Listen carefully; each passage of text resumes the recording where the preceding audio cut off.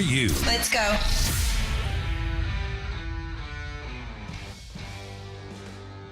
All right, one more time on the 2 tickets that were given away, compliments of USA Pawn to the LSU Ole Miss game. Jump in on the text line, agup.com, John Deere Tractor text line, 601-885-3776. Just most memorable Ole Miss game you've attended. We'll pick a winner here in the next few. Shout out to USA Pawn. Our SEC Insider Hit this morning is brought to you by the Ram Trucks, pre-owned and new, Mac Hike and Flowwood, MacHikeFlowwood.com. Your next Ram truck or Jeep Wrangler at Mac Hike in Flowwood. We welcome in our friend Jordy Culotta, LSU Insider out of Baton Rouge, the Jordy Culotta Show. He joins us on the Modelo guest line. All right, Jordy, when did you know that the negotiations had started for the Orgeron LSU divorce last week? Bo, you and I talked earlier this season, and I got to be honest now, knowing what we know, I look back at that UCLA game, and I think that Scott Woodward and his crew saw some early signs there that this thing was not going to be able to be saved. This was not going to be a job that Ed Orgeron was going to be able to overcome and be able to take care of. And I think that they started the ball rolling when they pulled out of Los Angeles. They knew that they were going to have to make a move at some point, and they were trying to poke holes and find ways of the buyout. Ultimately, they could not do that, and it got to a point where they just said, "Look, we got to make a move." They had to make a move for the recruiting standpoint, for the stability of the program, and I think that UCLA really got the ball rolling. That the Auburn game was more of the confirmation of they're headed in the right direction, and that they need to get this thing done faster than letting it sit. All right, so were you surprised that, according to reports, I'd like to get your thoughts. I think Bruce Feldman said he received his full buyout. Is that what you have heard? And if so, are you surprised, Jordy? I have heard that, and I'm very surprised by it, Bo, because I think that, really my interpretation of this scenario was that they were trying to find a way out of the money. They were trying to negotiate a lower number, and they were trying to make this as soothing as possible. But I think in some of their discussions with Ed Orgeron and his agent, they saw pretty quickly that he was not going to go quietly, and that if it came down to, trying to poke holes and, trying to bring up instances that may not have the legal weight that it needs, that you were going to end up in court. And the last thing that LSU wants to do right now, Bo, is be open to deposition where there is sworn testimony after everything that they've gone through in the last 3 years with Title IX and recruiting and Les Miles and off the field stuff. And you start diving into the last couple of seasons with Orgeron, and there's probably some demons that are asleep that you just don't want to nudge. You don't want to wake them up. And I think LSU looked at it and says, it's a big old chunk of change, man. It's a fat check, but in an SEC football power program, it's something that you can get back pretty quickly if you hire the right guy. And LSU is banking on bringing in the right person, in my opinion, and they just said they had to end it with Orgeron, even if it was going to cost them. At the end of it, it's probably all in all, Ed Orgeron's going to cost LSU about $25 billion over the last 3 years. That's incredible. He is Jordy Isn't that Culotta. incredible? It really is. I'm the most shocked person out of that whole equation is Ed Orgeron. No doubt. I'm telling you. Jordy, you'll appreciate this. The first time I ever had him on in 2004 or 5 when he was hired at Ole Miss, we had him on, and I didn't have enough questions for him because he was a one-word answer guy at that point, Right. Okay? Right. And he just said yes and then, okay. Well, we had an Ole Miss fan, after I had him on, we had an Ole Miss fan call in and said, Bo, will you translate that? And so that was my first interaction with with Eddie O. What a story, though. Jordy Culotta, great show out of Baton Rouge, LSU Insider on the Modelo guest line. All right, Jordy, are you buying that Mel Tucker is the leader in the clubhouse? Like he's the guy to come in and run this, as you just described, this monster from A to Z? Are you buying that?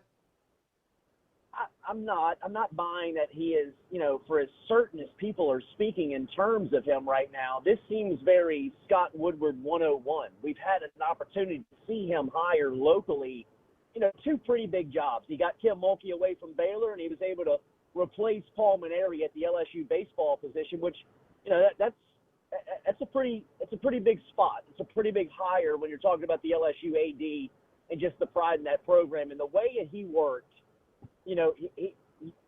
his office was floating names to get the public, to get people like you and I who speak on a public platform every day to look over there, look at Pat Casey at Oregon State, look at Mike Bianco at Ole Miss, look at Joey Vitello at Tony Vitello at Tennessee. Meanwhile, he's behind the scenes talking to Jay Johnson at Arizona while nobody's really paying attention to that. Mel Tucker and Jimbo Fisher here early on in this process feel very much like the smokescreen for Scott Woodward to work behind while he's negotiating and getting his guy. Now, I will say this. There's a new president at LSU, William Tate. He came from South Carolina, and he's the first African-American president in the Southeastern Conference. And he is going to have a voice in this. I don't know how much weight his voice will swing. And by all accounts, he is pushing for a bit of a legacy for himself as well. This is Scott Woodward's legacy, all wrapped up in one hire, but William Tate wants to leave a mark on it, and the early word on it is that he would like a minority as a true candidate, as a true, to get an opportunity here. James Franklin and Mel Tucker have been mentioned very early on in this process. And it'll be interesting to see how much William Tate is able to speak on this. He's the president of the university. Obviously, he'll have a voice in this. Scott Woodward has been gearing his entire professional life, in my opinion, Bo, to this hire. He was on staff in 2000 through 2004 as the government relations personnel in LSU's athletic department, and that was alongside Nick Saban. He had a front row seat of what happens if you get the right guy who understands how to navigate the culture and the politics to get to the field on Saturday and put a winnable product out there. What can happen to not only the university but the state?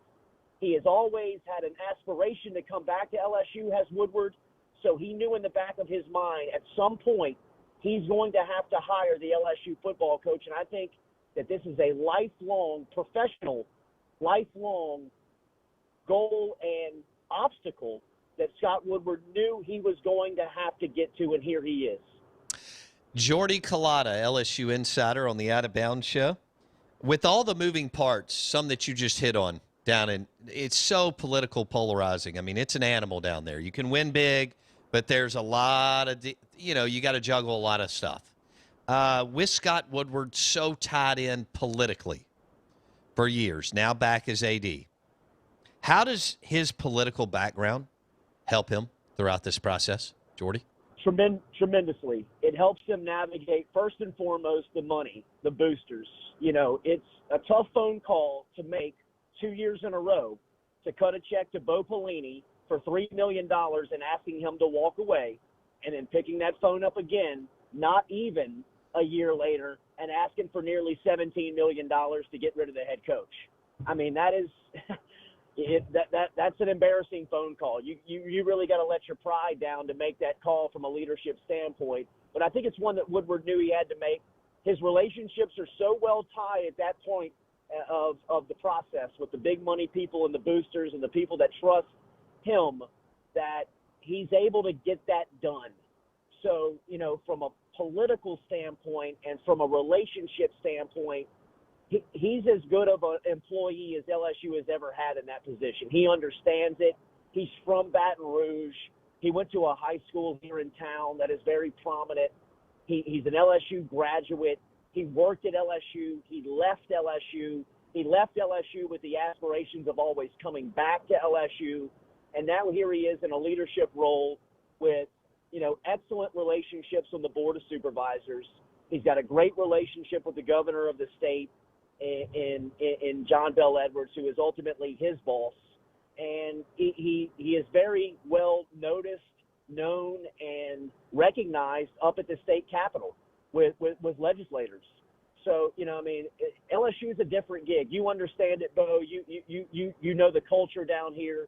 You know how it works. And it's not like a lot of places where, you've got to massage and take care of things down here that you just don't have to worry about at other programs. Sure. And if you don't understand that, if you don't embrace that, if you don't have some type of unique quality to be able to handle that, Ed Orgeron is a very good example and a cautionary tale of what can happen if you're not prepared for it. So I think that Woodward has a deep understanding of all of the components that it takes to be successful in this position.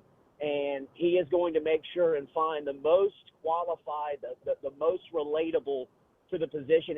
And I'd imagine that he's had that guy in mind here now going on months. Jordy Culotta joining us on 105.9 The Zone ESPN, talking LSU and their job opening. What do you think, as far as the Tier 1 candidates,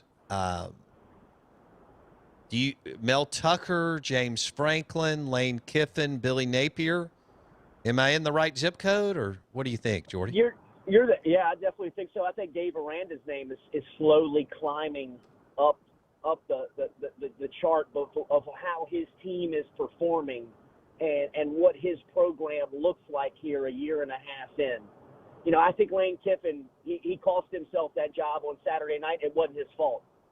I think that's what you get with Kiffin as your coach is sometimes it's a three-ring circus, and LSU is at a front row seat to a three-ring circus now going on 15 years. And I think that they are looking for somebody in the next position not to be a character, not to be a meme. And I think that Lane, if I was making this hire, Bo, I would hire Lane Kiffin. Right. I think that he makes the offense great overnight, and you'll always have a quarterback, and you're giving him resources and recruiting grounds that he's never really had. And just in the maturity of his football, he is so much about football right now. But, the scene Saturday night in Knoxville, I know that wasn't his fault, and it was a disgusting display by the Tennessee fan base, but it was aimed at Lane Kiffin, and that stuff is kind of what Kiffin brings you. So I don't know how viable he is right now because of I think there is an importance of being able to handle the job from a public relations standpoint because they've been so burned on that by the last two guys that have held the seat. So if you'd have asked me this last Tuesday, I would have said Kiffin's probably at the top of the list. Right now, I don't know if he might have played himself out of it with what happened on Saturday night, and it wasn't his fault, but that just being the character of who he is. I think that Mel Tucker's in that conversation, obviously. I don't know why Jimbo's name keeps getting floated out there, but, for as much of people that we've talked to, both, in and around LSU football, his name does seem to be discussed a little bit. I don't believe that he's the guy. I think he's the smokescreen. Okay. I think Aranda's name is real. I think that they'll do some due diligence on him. I think they'll look at some NFL guys. Nathaniel Hackett's name has popped up a little bit, defensive coordinator for the Green Bay Packers. But Scott Woodward's a big game hunter, man. He likes the Kim Mulkeys. He likes the Buzz Williamses. He likes the Chris Petersons and the Jimbo Fishers. He likes to be able to be able to create a headline in a hire. So I also believe that there will be a little bit of of Scott Woodward's character and personality on it. But the names that you talk about, I think, are up there, and I think that they're all get real consideration. I think Billy Napier will get a conversation and an interview. A lot of these guys that come from Saban's tree, Mel Tucker, Billy Napier, even Lane Kiffin, who we've talked about a little bit, and, Jimbo Fisher. I mean, I think that he will shake the Saban tree for sure. Jordy Culotta, LSU insider, joining us on the Modelo guest line. Do you all right, so with Scott Woodward, Rand, do you feel like just about anybody will say yes? Or do you feel like there's a guy out there in the top tier that will be like, I don't want to deal with that animal? It sounds awesome. The pay will be great. I'll get rich either way. I'll always have. I mean, Dave Aranda, I know he knows all about LSU, but does he want that animal? Does Mel Tucker? Do you think any of them would actually turn it down just because of everything that you have to juggle, Jordy? I think Jimbo would, because Jimbo's in a position right now where he's making so much money and he's playing in front of a fan base that's so thankful and grateful for everything that he's doing, knowing that if he was doing this stuff in Baton Rouge, they would want to run his ass out of town on the first train. And he understands the culture, and he doesn't want to dive back into the belly of the beast. And he's in a comfortable place in his life. I think that Dave Aranda is still young enough in his head coaching career where the LSU job still looks very mesmerizing and very attractive, where you're still young, where you look at what you're accomplishing in the program that you're building at Baylor, and you look at the resources that you would have at LSU and the ability to recruit within 60 miles of your facility and put together a national championship contending squad, and him look at and say, what if, what could be, why won't we take a shot there? I think that, a lot of people young or necessarily unaccomplished in their football life, Lane Kiffin, while his reputation is fantastic and he has pumped out, Heisman Trophy winners and gained a reputation as an offensive coordinator of calling great plays, his head coaching life is still very unaccomplished. From a head coaching standpoint, I think you look at LSU's job and say, man, I could really create a true legacy of coaching football and pump out championships and put people into the pros and affect people's lives at a real, open way where a lot of people are seeing it, paying attention to it, paying money for it, and donating to it at a place that, really supports it if it's winning, and a place that, if you're a young head coach that doesn't have a good resume or something on your resume that you're really ready to ride off into the sunset with, is a place that has to be very attractive to you. Okay, the Dave Aranda thing is interesting to me. So he's 6-1. But he was there. So he's a great defensive coordinator, play caller, and so on. He wouldn't necessarily have to do that at LSU. He could hire somebody to do it and oversee it. If you had to guess right now, do you think Aranda gets serious traction over the next 6 to 8 weeks? I think his name is gaining a lot of steam behind closed doors. I think, look, one of the things that it'll surprise you, and some people, when they learn it, are very, kind of taken aback by learning, is that Dave Aranda, above anything else, and he's a defensive football genius, he is a communication expert. He's educated in it. That's what he graduated college in education. The more players that I talked to that went through the transition of Bo Pelini to Dave Aranda to Bo Pelini, the first thing they'll tell you that they miss about Aranda is not his scheme, not his game planning, not his ability to make changes and adjustments within the game. It is the way that he treats them and talks to them. Just on a baseline level, the way that he communicates with people is so respectful and brings the best out of people that's really – and you went to a guy in Pelini he's mother effing everybody. He's an FU guy. You know what I mean? He can't yell loud enough. He can't degrade you enough to coach you. That's how he gets the best out of people and what he believes. But Dave Aranda's style was so much more receptive, and I think above anything else, the inability for the administration to be able to communicate with the top players of LSU football over the last 10 years, whether it was Les Miles and his, immediate lieutenants, or it's Ed Orgeron and Derek Panamsky and that crew. They are not able to communicate, just get a a dialogue going over the last, decade with that multi-million-dollar company that sits on their campus that they are just not going to put up with anymore. Under Scott Woodward's leadership, it's just not going to be like that. It's just that culture is going to change. And somebody like Dave Aranda, he remedies that immediately. When you're talking about boxes that you want to check, and I'd imagine that that's one very high on the LSU football desire list of making sure that they accomplish that when they make this hire, Dave Aranda is probably the best at that you could bring in. Wow. Jordy Culotta, LSU insider on the Modelo guest line. All right, I got a minute here, Jordy. We'll wrap it up with this. How do you think they play this weekend against Ole Miss? I'd take them. I really would. They're playing. There's an energy in that building right now that is so loose. And I'm telling you, I think Jake Peets called that game on Saturday just by himself. That offense looks so polarizingly different than the first 5 weeks of the season that there is obvious somebody has been meddling. Somebody has had their thumb on what they wanted to look like. And on Saturday, when Orgeron knew his fate, he was cooked on Saturday. He got fired Friday night. They signed the deal before that game. He knew it. And he just said, hey, let's go out there and just play. You, Jake Peets, you call the game. Durante Jones, you call the game. Ty Davis-Price, we're going to run you all day. We're going to throw it. We're going to get guys involved that hadn't made plays.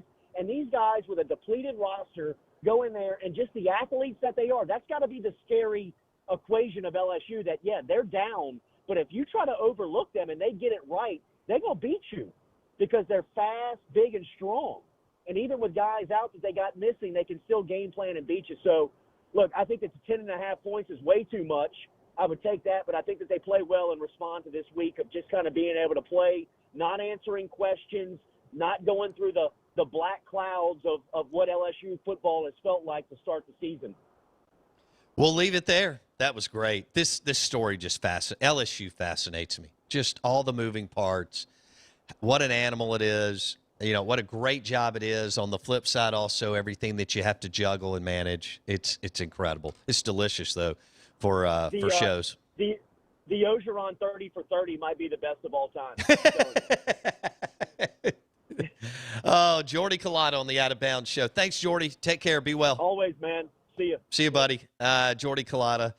You can find his show on YouTube. You can find him on Twitter too. That was a lot of fun.